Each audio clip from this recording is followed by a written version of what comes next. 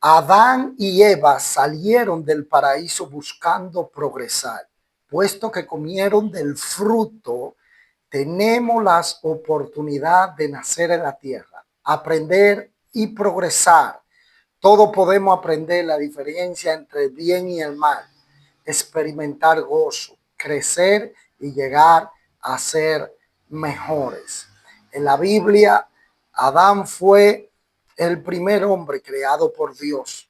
El pecado de Adán y Eva al comer del fruto prohibido es considerado un misterio que se transmite a toda la humanidad. O sea, eso no es personal, que usted es pecador, que aquel no es pecador, no, todo se nos transmitió ese pecado.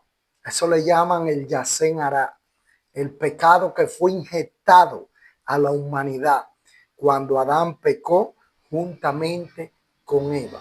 Y esto me impresiona porque a pesar de todo esto, el ser humano trata de salir, trata de progresar y de echar hacia adelante con un pecado que nos fue inyectado desde Adán y Eva, ¿verdad? El pecado original es la privación de la santidad y la justicia original que Adán y Eva transmitieron a su descendencia.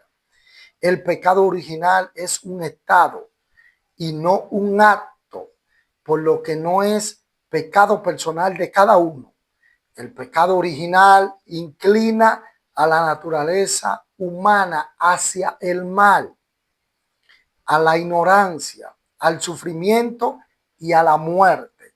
Después que Adán y Eva pecan, entonces es conocida la muerte.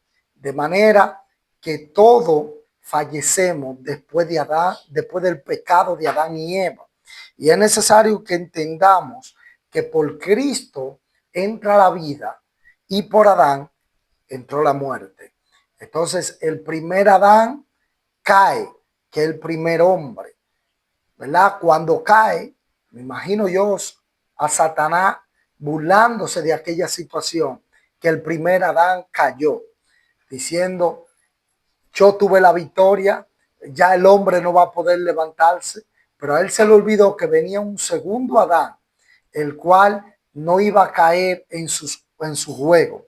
Y es por esto que Cristo sube al desierto, ¿verdad? En el espíritu, pero cuando desciende del desierto, no desciende en el espíritu, sino en el poder del espíritu. Y le dio a entender a Satanás que Jesús no iba a caer en sus juegos. Y Satanás le puso todo tipo de tentación, todo tipo de ofrecimiento, ¿verdad? Para que se postrara y adorara hacia él. Y Jesús seguía firme, porque el primer Adán cayó, pero el segundo Adán levantó el primero que se cayó. Así quiere Dios que tú tengas un espíritu de restauración, un espíritu de levantamiento, que levante a tus hermanos.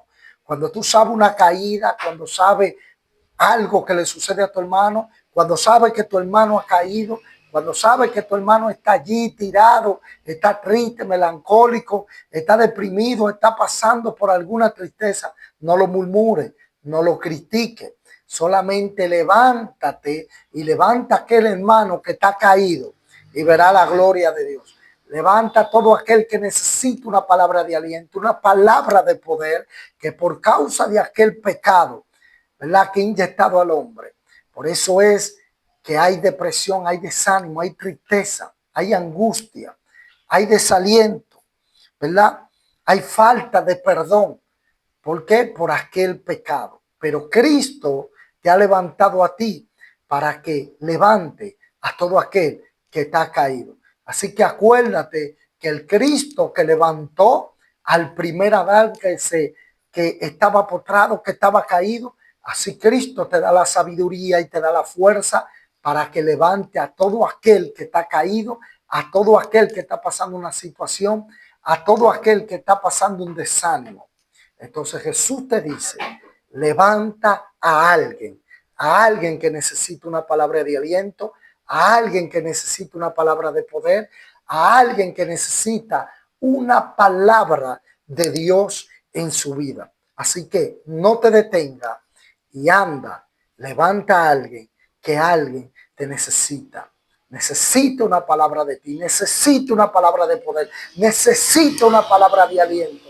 Así que no calles esa palabra de Dios y esa palabra de aliento y de poder que está en tu boca. Habla con fuerza, habla con poder, levanta al que está desanimado, sana al que está enfermo, sana al que está caído y Dios te va a bendecir.